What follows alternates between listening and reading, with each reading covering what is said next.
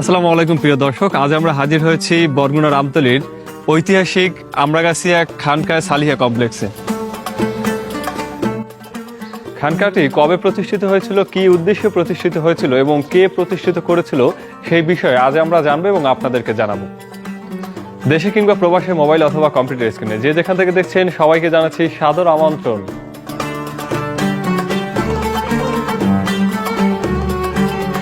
বরগুনা জেলার আমতলী উপজেলার আমরাগাছিয়া গ্রামে অবস্থিত খানকাহ এ সালেহিয়া দরবার শরীফ, যা স্থানীয়ভাবে আমরাগাছিয়া খানকাহ নামে পরিচিত।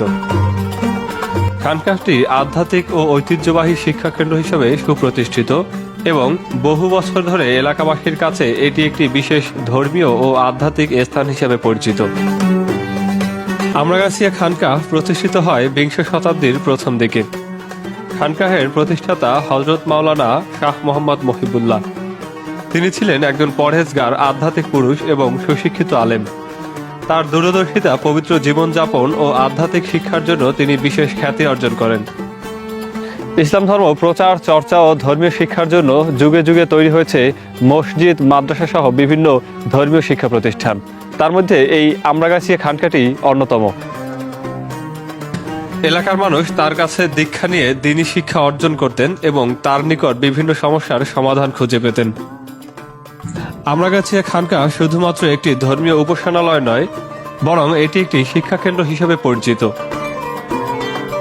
খানকাহটিতে বিভিন্ন ইসলামিক শিক্ষা, ধর্মীয় আলোচনা হয়ে থাকে।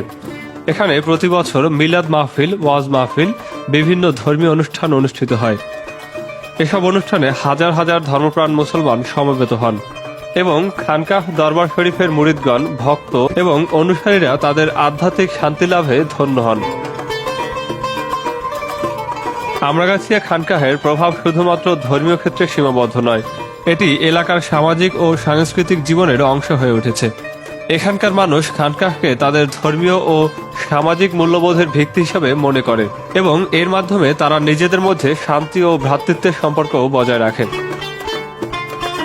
খানকাহের প্রভাব দূর দূরান্ত বিস্তৃত, যা বহু ভক্ত ও অনুসারীদের খানকাহমুখী করে তুলেছে। আমরাগাছিয়া খানকাহ পরিদর্শন করার জন্য ধর্মপ্রাণ মানুষগণ দূর দূরান্ত থেকে এখানে আসেন। খানকাহটি একটি পবিত্র স্থান হওয়ায় এখানে আসার সময় ভক্তদেরকে সুশৃঙ্খল ও শালীন পোশাক পরিধান করতে পরামর্শ দেওয়া হয়। এছাড়াও খানকাহের নির্দিষ্ট নিয়ম ও বিধি মেনে চলা জরুরি।